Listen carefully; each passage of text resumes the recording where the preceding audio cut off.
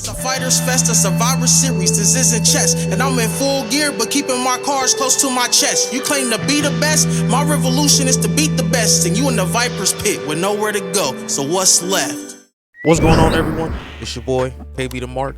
We're back with another installment of the Viper's Pit. As always, housekeeping. Please don't forget to like the video, subscribe to the channel, push that notification bell so you don't miss out on any more uploads. One more thing of housekeeping. I don't know people's religion. I don't know if you have a God or if you don't have a God. But thoughts and prayers for Mr. Cuff and stuff. I don't want to go too much into it, but he definitely needs all the thoughts and prayers. So put that in the comments section for me, please. Thoughts and prayers for Mr. Cuff and stuff. He's fighting right now. He's a fighter. He's going to make it through, but just the extra thoughts and prayers, please. But we're here to talk about Monday Night Raw. And once again, man, I say this every time. WWE has been on a roll, man. This was another excellent edition of Monday Night Raw. And we were in Atlanta, Georgia. And if we're in Atlanta, Georgia, then that must mean that we can start with the one, the only, the American Nightmare, Cody Rhodes. We're here starting off the show with Cody Rhodes. Cody Rhodes says he's happy to be home, and this week he'd like to talk about the large shadow that is Brock Lesnar. Cody calls out Lesnar, but there's no one there.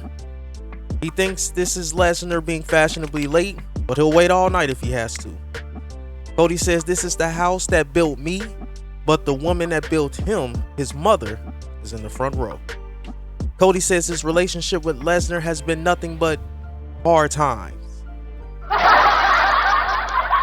See what you did there, Mr. Rhodes. See what you did there. Lesnar. Cody says when Lesnar gets here tonight, it's going to be hard times for him. Cody hugs his family. Brock's music hits 3 times. And Brock attacks him at the entrance ramp and beats him all over the ringside area in front of his mom and his family. This entire segment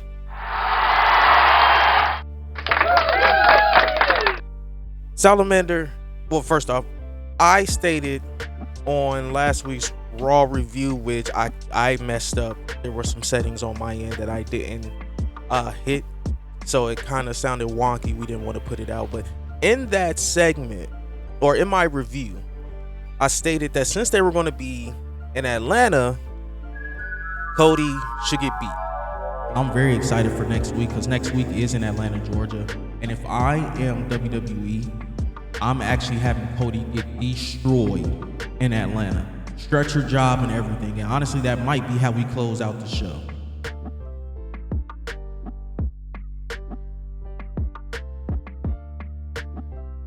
The same beating they did for the Raw after Mania with him and Brock should have been the exact same beatdown they did here in Atlanta, Georgia, in front of his hometown fans. Now, it wasn't as significant, it wasn't as devastating as that one, but the beatdown nonetheless was the right move. And I even said this like I said on the last Monday Night Raw review that unfortunately didn't get put out because there were some things on my end that I didn't do. But excellent segment, man. Excellent segment, did exactly what it needed to do. Next up, we had Matt Riddle versus Gunna. Excellent match. Imperium banned from ringside. Gunna came out here, handled it himself. There was never really any doubt, but Matt Riddle put up an excellent match. It was very hard hitting. The kicks, the knees, the chops. And Gunna got the win with the powerbomb. Everything that it needed to be. This was an excellent match setting up for Gunna and Drew McIntyre. Post-match, Gunna says if Drew McIntyre wants to ride on his coattails, be his guest. But be prepared to fall victim to the ring general.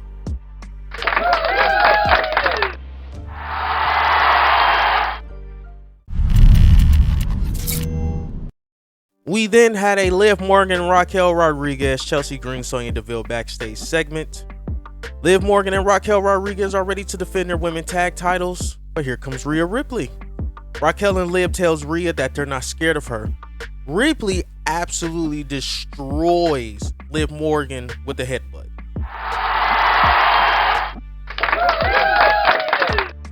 Absolutely destroys Liv Morgan with the headbutt. Raquel and Rhea start fighting, and then Rhea attacks the knee of Raquel Rodriguez and leaves the tag champs laid out in the back.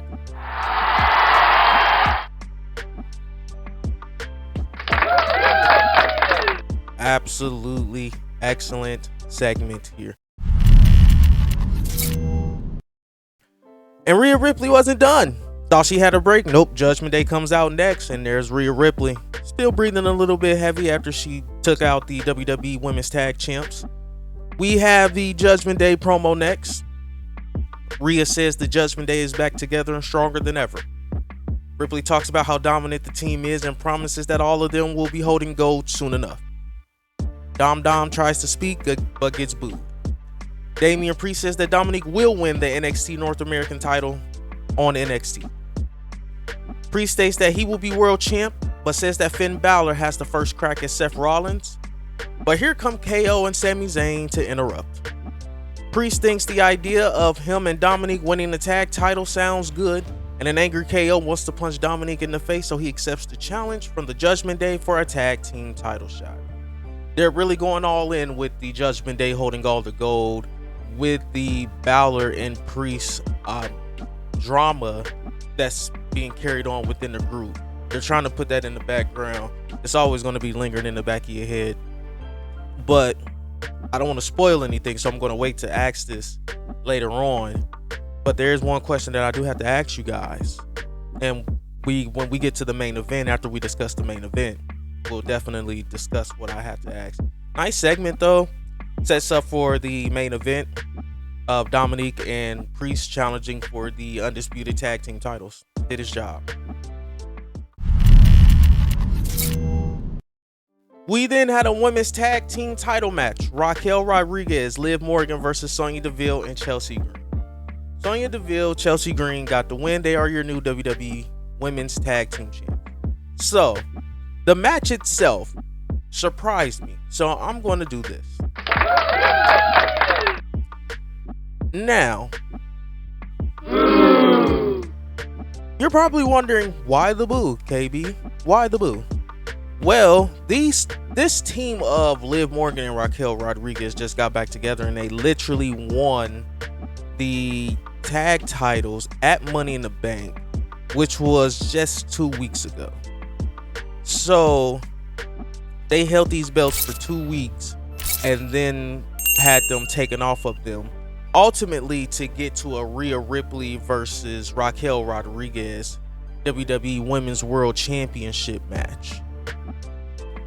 And you know, there's nothing wrong with that per se, but we could have kept the tag titles on them and then teased Raquel Rodriguez becoming a double champion in WWE. So like I said, for the match pleasantly surprised me, much better than what I expected. So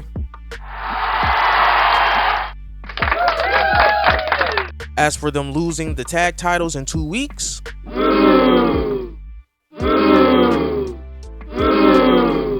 yeah, I tell you what was the Seth Rollins interview, sit down interview with Byron Saxton. Saxton asks Seth Rollins, what does he have in regards to defending the World Heavyweight Championship? Seth states that he has some big plans for the World Heavyweight Championship and says that the list of challengers is very small. Seth states that even though it's small, Finn Baszler has earned a spot on that list. Finn Baszler interrupts, kicks out Byron Saxton. Man's a geek. Get him out of there. Finn Baszler interrupts and says that the line starts with him and it's time to do this again. Rollins says they can settle the score right now, so take your shot or get out of his face. Baszler laughs, gets up and leaves, but attacks Rollins. Finn tells Rollins to make the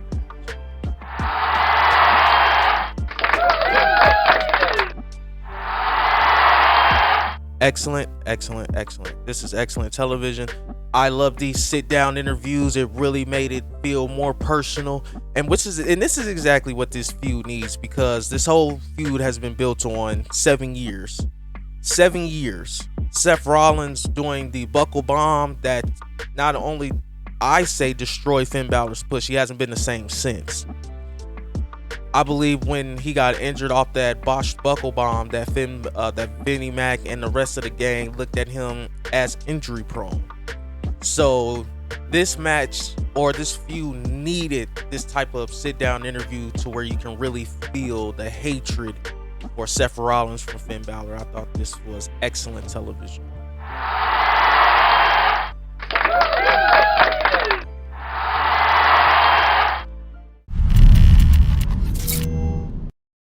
We then had the Alpha Academy versus the Viking Raiders.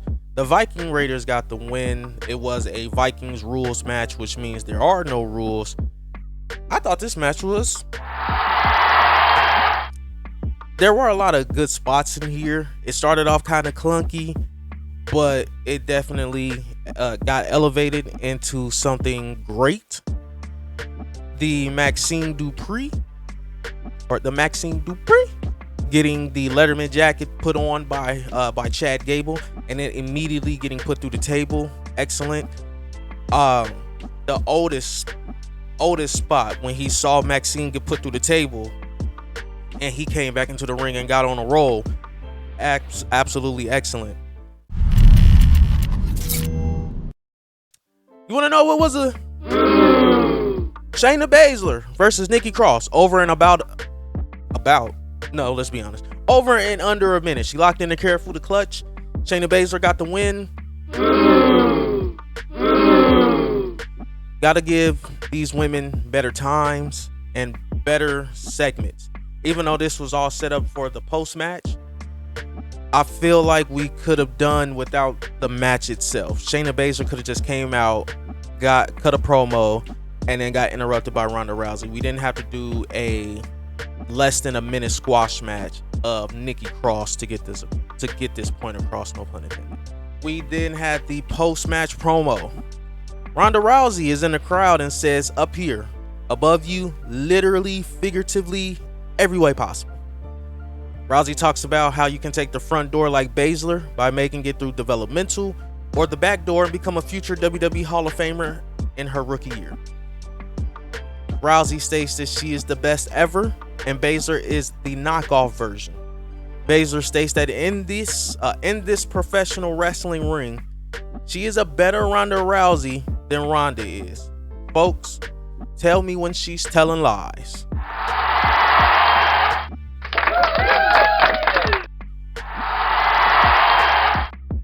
Baszler goes into the crowd to go after her, but security cuts her off, and Rousey says she's going to get Shayna booked for SummerSlam.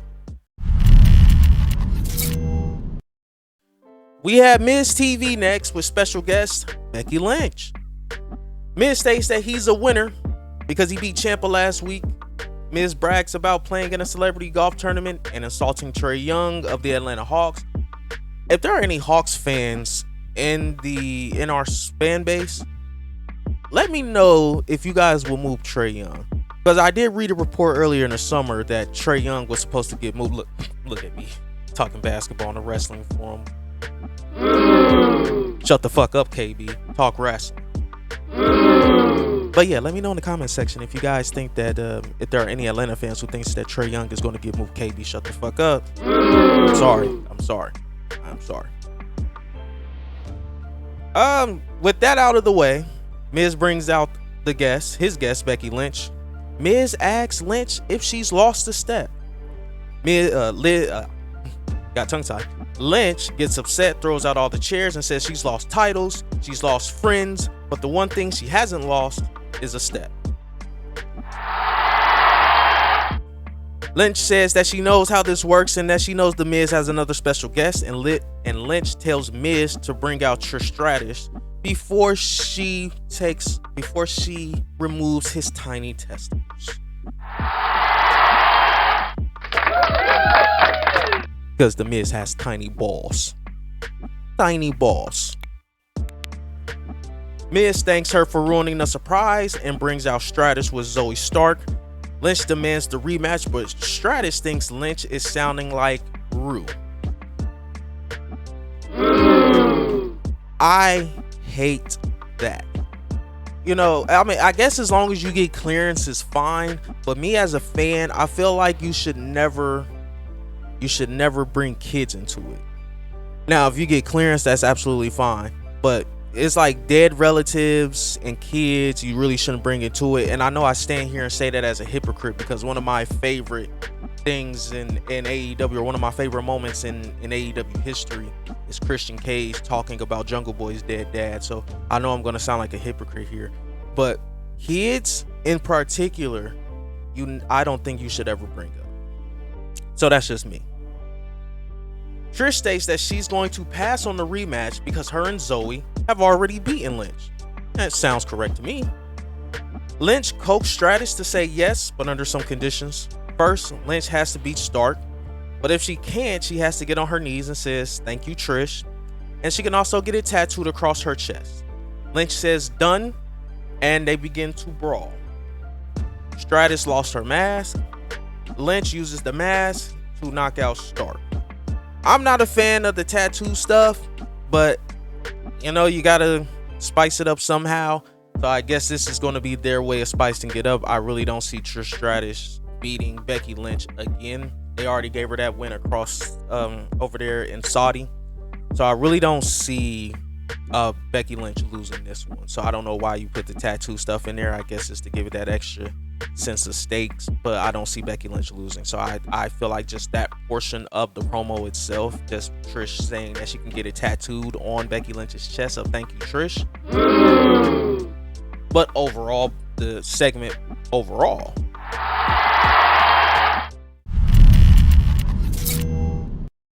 we then had Bronson Reed versus Shinsuke Nakamura. Went to a DQ finish because Tommaso Ciampa attacked Bronson Reed, giving Bronson Reed the win. Ciampa was then laid out by Shinsuke Nakamura, who was obviously frustrated. It then led to a backstage segment with Nakamura saying he's tired of everyone getting in his business.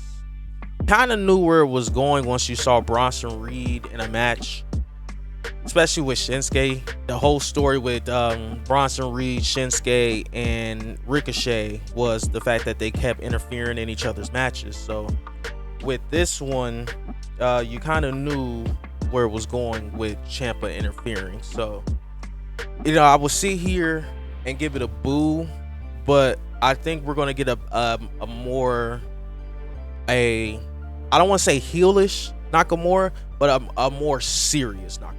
And I'm all here for that.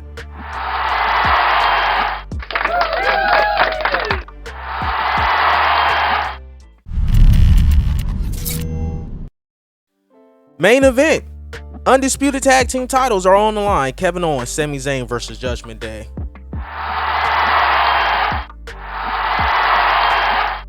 The undisputed tag team titles were retained. KO and Sami Zayn won. They put on a hell of a match. This was an excellent main event. You know, I don't know. I said that the Pretty Deadly and KO and Sami Zayn is probably going to be the best tag match that you see on WWE television. Not a premium live event tag, just WWE television. But this match is definitely up there. I think to me, it might have overtaken that Pretty Deadly KO and Sami match slightly. This was an excellent main event. This is something that if you haven't seen it, go back and watch it. If you watched it already, go back and watch it again. My goodness, these four men tore the house down.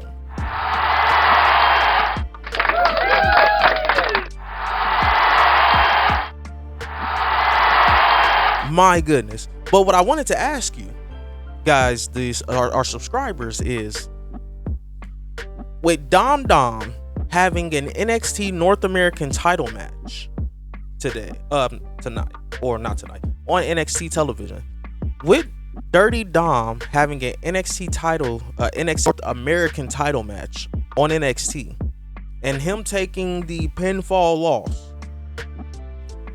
Is he beating Wesley for the NXT North American title? I would absolutely have Dominic Mysterio beat Wesley.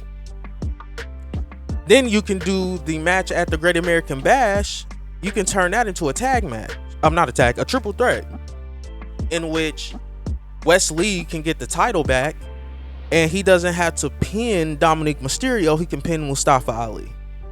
So if I was Shawn Michaels, if I was Triple H, or whoever is running NXT these days, I would absolutely have Dominic Mysterio beat Wesley to win the NXT North American Championship, just to have him drop it in about 2 weeks' time at the Great American Bash, the NXT's Great American Bash. Now, I get it. Some of you are going to be like, well, KB, you're absolutely a hypocrite. You just got on WWE for the WWE Women's Tag Team Champions, losing it in 2 weeks. The difference there is that Wesley has had this belt for a while, and his title matches have always been good, but the run has kind of flattened out. So you kind of need something to spice it up again. It's just like when Dolph Ziggler went back and he beat Ciampa and Breaker for the NXT title. Same thing as that. Just add a little bit of spice to that NXT North American title run of Wesley, and just give him a slight hurdle to get over. So definitely think that they should pull the trigger and put that title on Dom. But that's it, guys. That's it for another installment of the Viper's Pit. I've said it once, I've said it twice, I've said it 3 times, man. WWE's been on the road, man. WWE's been on a roll. I had a great time watching Monday Night Raw. The only problems that I can really say is just them taking the WWE Women's Tag titles off of Raquel and Liv after 2 weeks, and the Shayna Baszler and Nikki Cross match. But other than that, great show, man. Great show. I'm going to give Monday Night Raw a 7.5 pushing 8. A 7.5 pushing 8. This was an excellent show, man. They've been on a roll. And when WWE gets on a roll, it's hard to stop them. It's hard to stop them. But that's it. That's it for another installment of the Viper's Pit. Please don't forget to like the video, subscribe to the channel, push that notification bell so you don't miss out on any more uploads. Prayers and thoughts in the comment section for Mr. Cuff and stuff. He needs all the love, prayers, and support he can get. He's a fighter. He's going to keep fighting. And we just want you guys to show him some love in the comment section. So please, love and support for Mr. Cuff and stuff. But that's it, you guys. That's it for another installment of the Viper's Pit. I'm KB the Mark, signing off until the next one. Thank you, and have a wonderful, wonderful day.